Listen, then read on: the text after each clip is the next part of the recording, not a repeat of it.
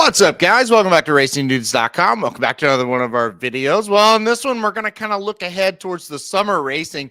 I always like to do this because I feel like this is like the least publicized, part of the racing calendar, part of the major racing calendar. So I like to just kind of give you an idea of what's coming up this summer. And it's kind of some of my, at least, favorite races do come up over the summer here. And a lot of times we'll decide divisions one way or another. Now, over the past few years, the 3-year-old division has been wide open. That's not so much the case here. It's not totally completely done, but it's darn close.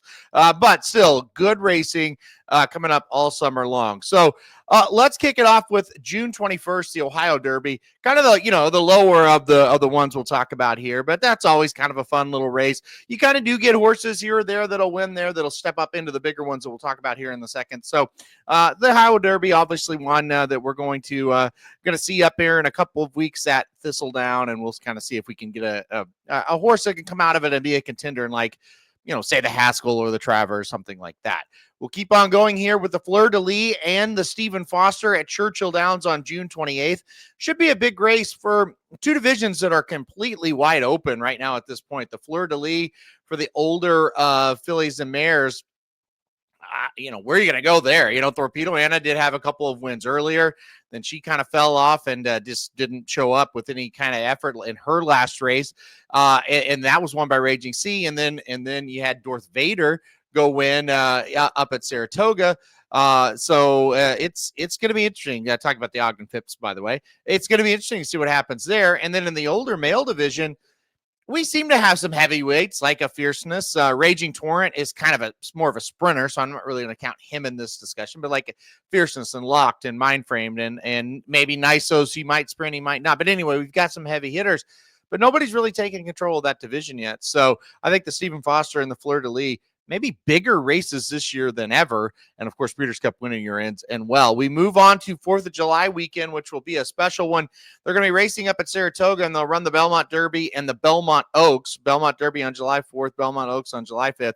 Obviously, those races are always a lot of fun there on the NYRA circuit. And then I wrote Indiana Derby and Iowa Derby. Those are going on that weekend as well. And I kind of look at them like I look at the Ohio Derby. There are times where you see a winner come out of one of those races, and then they do kind of have an impact, down the road. Also, when you talk about the Iowa Derby up at Prairie Meadows, you have to think about the Cornhusker handicap as well. A race that has produced, not only horses that come out of it and run well, whether it be races like the Whitney or things like that, but have won the Breeders' Cup Classic out of the Cornhusker, believe it or not. So just keep an eye on that also there at Prairie Meadows. So a big July 4th and July 4th weekend and into July 5th. And even July 6th has some good racing as well. Then it really gets serious and it really starts heating up on July 19th. They'll run the Haskell at Monmouth Park. Of course, going to be a big-time race. We do not expect to see Sovereignty in that race, which means I think you might have kind of a large field as they maybe see that as kind of an opening to go get a grade 1 victory with some of these horses. And the 3-year-old division, look, Sovereignty, Journalism, Baeza, very exciting, obviously. And who knows, we may see Baeza show up in a race like that. I don't know that for sure, but we may. But even if we don't, I think we've kind of seen this 3-year-old division it's really good. Like, yes, they are the top 3.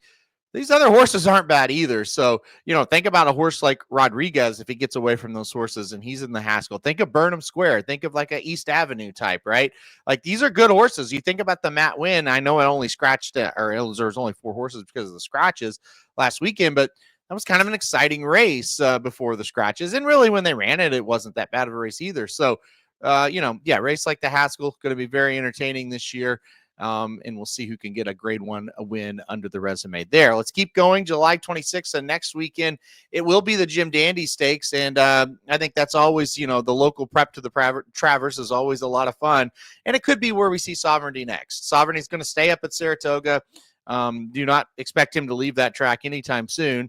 He'll run in the Jim Dandy and the Travers, or he'll just run in the Travers. They'll just kind of make that decision. So we'll see how he's doing. But if he's here, I would think it's going to be a pretty short field up there for the Jim Dandy if that's the case. But that is kind of where, either there or the Travers is where we expect Sovereignty. Also, when you look at the Haskell and you look at the Jim Dandy, and also races like the Ohio Derby, Indiana Derby, Iowa Derby, well, less likely. You are trying to see, okay, who can actually challenge sovereignty? Who's in his kind of, stratosphere right now, which doesn't seem to be anybody, to be quite honest. But can somebody come up, and then we get to the Travers we'll talk about here in a second, that can challenge him? I think that's going to be kind of the fun thing to watch. I think we've seen journalism, he's right there as far as the second horse, but he really, in the two starts they faced each other, it really wasn't much of a race. He kind of got passed pretty easily, especially in the Belmont. So, who's going to develop, or will anybody develop, probably the better way to phrase that, to even challenge sovereignty this year? I'm not sure. All right, let's keep going. August 2nd will be the Whitney Stakes at Saratoga. So it just keeps going up on the East Coast there. The Whitney Stakes are a race that I would imagine would have a horse like Fierceness in it. I guess like a horse like Mindframe could go there as well, amongst others. So it'll be very interesting to see how that works out with the Whitney. And I think now you kind of look at it and go, okay, older horses kind of have disappointed here and there. Not all of them, but they haven't ran, just those. We don't see like a monster yet as far as putting back to back races together. So we're kind of going to start judging these older horses as they're running, while a horse like Sovereignty is running, and see, okay, is he going to be a horse that's going to win the Classic, and is he going to be back-to-back 3-year-old Classic winners with Sierra Leone last year, and then maybe Sovereignty this year? So that'll be interesting, and that'll start to shape up over the summer. August 16th, the Alabama Stakes, always a fun race for the 3-year-old fillies, and I think that division is ultra interesting. I'm going to do another video kind of previewing the horses that are that we need to watch out for this summer. But I think this division is very interesting, and I think Nitrogen, a horse that ran on the dirt, was a turf horse that was winning races in bunches. The race ran the Wonder Again rained off the turf. Nitrogen stayed on in the dirt. Now it was a 3-horse field. It was nothing to really worry about, and she won, without being urged, but she looked really good over the dirt. So good that they said, hey, we're going to go back to the turf, and then we may try the dirt again. So this could be a spot here in the Alabama. And then you also think, hey, Good Cheer, not a great performance, but over a very biased track that day, will she bounce back, and will this be a race for her? So that, I think, that with Nitrogen kind of adding in there, not to mention Lacara as well, who won the Acorn over the weekend, or last weekend, I should say.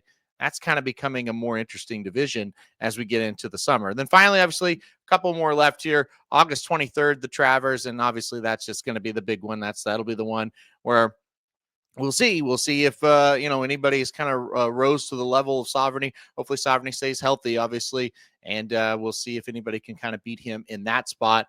And I think, the way Sovereignty's run the last 2 races, he's kind of must-see TV anytime he enters. So it'll be interesting to see who shows up to face him there. And then obviously at Del Mar, and there's other big weekends at Del Mar as well that could easily have made this list. I just try to make it short and sweet, give you the highlights here. But August 30th, the Pacific Classic there at Del Mar. We've seen some legendary efforts there. Recently, we've like last year, wasn't the greatest field, but like I said, we have seen some legendary efforts in the past.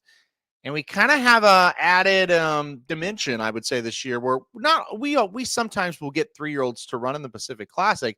This year, it kind of seems likely that a horse like Journalism might just opt to stay home and run in the Pacific Classic. Baeza, maybe the same thing.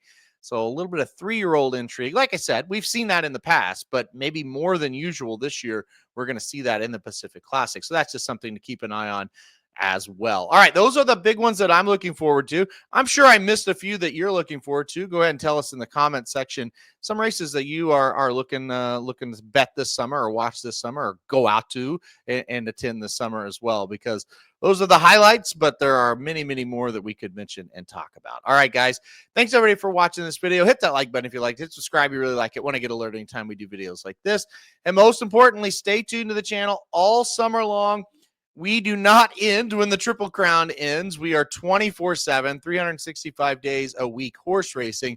So stay tuned to the channel all summer long. We'll have you covered. All the big races, we'll have the previews. Big horses making big time news, we'll have it for you. So stay tuned to the channel, guys. Thanks everybody for watching, and we'll see you next time.